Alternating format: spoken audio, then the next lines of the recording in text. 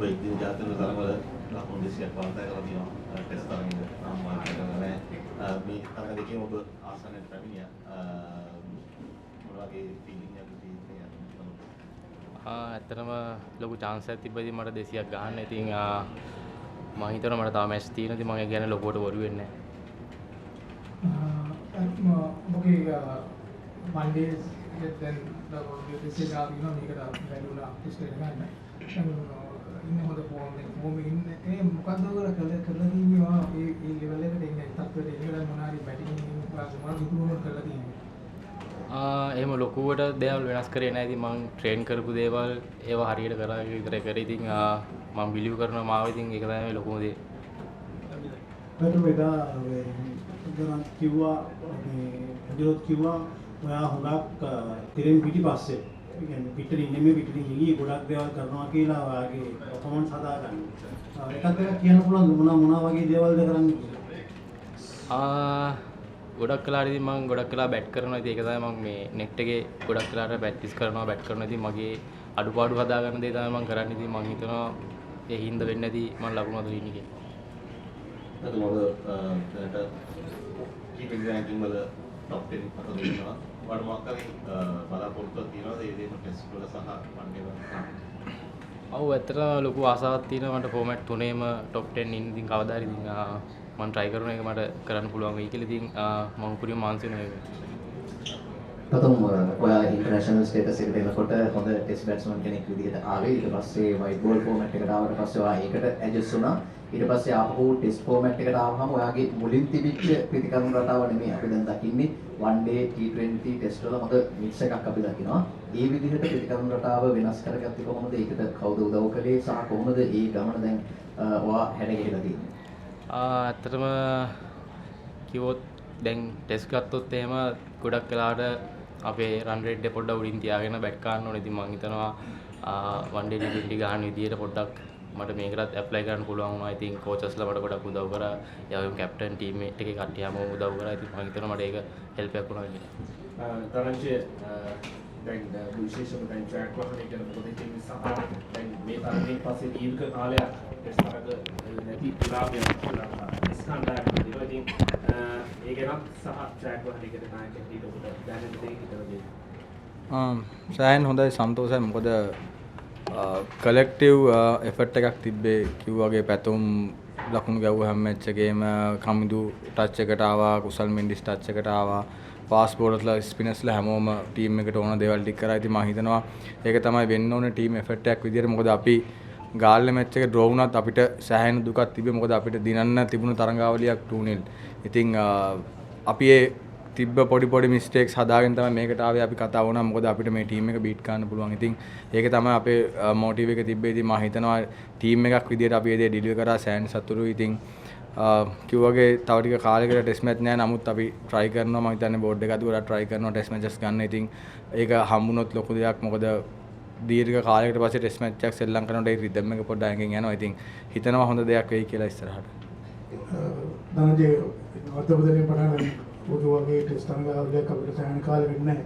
නමුත් ඔබ කිව්වාගේම කණ්ඩායමේ සියලුම ක්‍රීඩකයන් තම හොඳ තත්ත්වයට එළදෙන පර්ෆෝමන්ස් වලින් ඒ රිද්ම් එක ගැටලුවක් වෙනවා නේද ඉදිරි තරගාවලියක ප්‍රවිෂ්ඨ විශේෂයෙන්ම තරගාවලියේ අවසානයේ ඊළඟටත් ඔබ සහභාගී වෙන ඉදිරි තරගාවලියකට ලංකාවේදී ඒක පැතුම්ගේ උදාහරණ කැමතියි. දැන් ඒක ඔබට බාධාවක් නෙමෙයි නේද? ඔබගේ ටෙස්ට් ඇවරේජ් එකක් කන්ටිනියු කරන්න මොකද ඔය රිද්ම් එකට එන්න ඔය තවත් අවුරුද්දකට ආසන්න කාලයක් තමයි ටෙස්ට් තරගාවලියක් තියෙන්නේ. දෙන්නටම යොමු කරන ප්‍රශ්න. ඇත්තටම මේක බැට්ස්මන් කෙනෙක් විදිහට පොඩ්ඩක් අපහසුතාවයක් තියෙනවා. ඉතින් අපිට කාලයකට මැච් නැති එක කියන. ඉතින් මම හිතනවා ඒ වෙනුවට අපිට ක්ලබ් මැච් තියෙනවා, 3 day මැච් තියෙනවා. ඉතින් අපිට ඒක ඒ අතර සෙල්ලම් ගන්න පුළුවන්. ඉතින් රිද්ම් එක තියාගන්න. ඔබෙන් අහන්නේ මේ දැන් අද 40% ටාර්ගට් මාටපත් වුණා. ඉතුරු කඩො ටික දවා ගන්න ටික පන්දු 34ක් ඇතුළත දවා ගන්න විශේෂ සැලසුමක් කේම යොදා ගත්තද අද දිනේ? විශේෂ දෙයක් කියන්නේ අපි ටීම් එකක් විදිහට කතා වුණේ අපි හැමතිස්සෙම KPIs දා ගන්නවා ටීම් එකේ එන්න කලින්. ඉතින් අපි ගොඩක් වෙලාවට අපි මේ ටෙස්ට් කලින් අපේ සීරීස් ටික ඇනලයිස් කරනවා. අපේ මේඩන් පර්සන්ටේජ් එක ටිකක් අඩු වෙලා තිබ්බේ. අපේ බලාපොරොත්තු තිබ්බේ මේඩන් පර්සන්ටේජ් එක වැඩි කරන්න. ඉතින් අපි ඒකට තමයි ප්ලෑන් කරේ. මොකද ටෙස්ට් ක්‍රිකට් ක්‍රීඩාවේ අර අපි රිදම් එකක් තියාගෙන යන්න ඕනේ, ප්‍රෙෂර් එකක් බිල් කරන්න ඕනේ, අනිත් පැත්තේ විකට්ස් ගන්න. ඉතින් මම හිතනවා සෑහෙන හොඳට පන්දු යවනවා නේද කරා කියලා. ධනා දැන් මාස 12කට ටෙස්ට් එකක් නෑ, විශේෂයෙන්ම වයිට් බෝල් ගහන්නේ නැති අය කොහොමද ඒක තියාගන්නේ? අනිත් එක ශ්‍රී ලංකා ක්‍රිකට් ආයතනයත් එක්ක ඔයගොල්ලෝ ලිමක් කරාද තව ටෙස්ට් මැච් ගන්න මොකද එහෙම සාකච්ඡාවක් තිබුණා?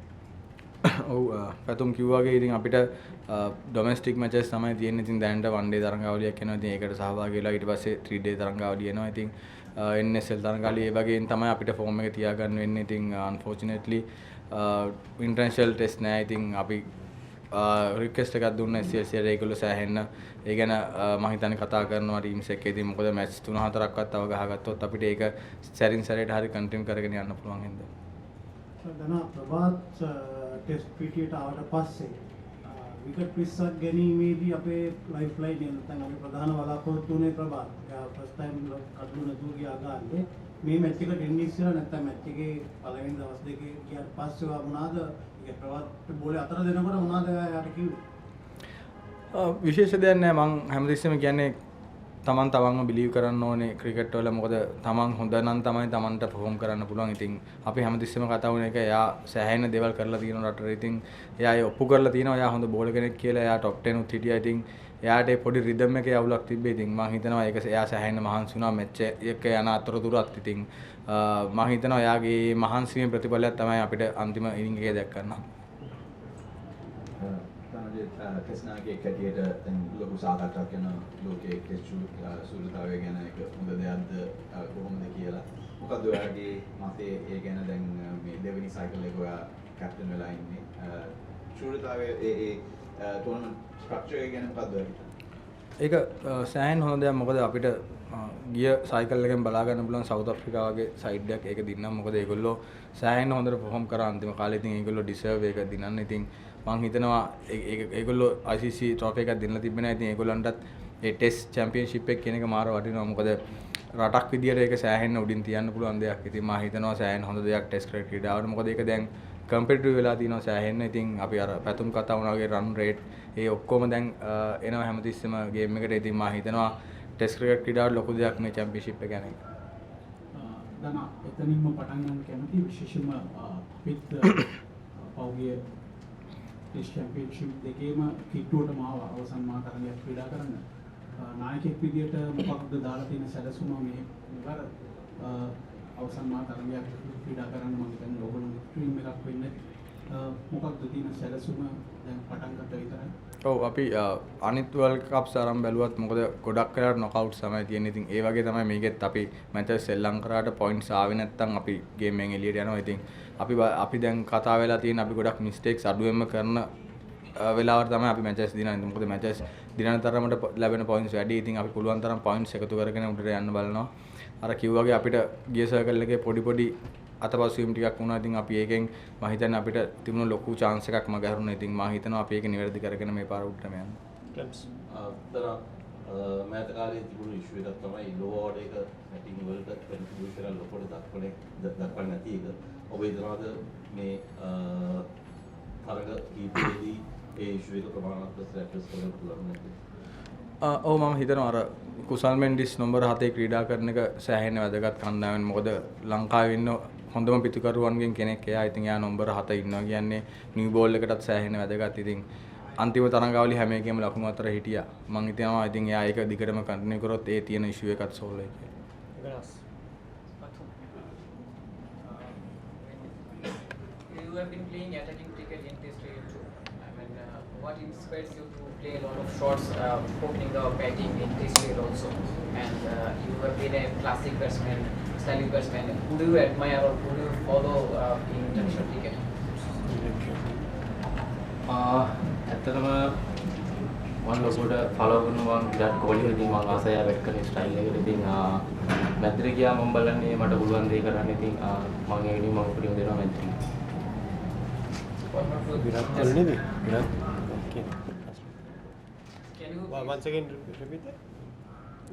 You understood? can you explain it? Virat Kohli? No, Virat Kohli. Yeah, he was telling that he's admiring Virat Kohli a lot. So I think he's following his pattern and he's bringing his white ball game into Test cricket. One question, please. Yes. I mean, Bangladesh played beautiful cricket in Galle. Have you expected from this downbeat performance from Bangladesh? Not at all. We will take all the teams.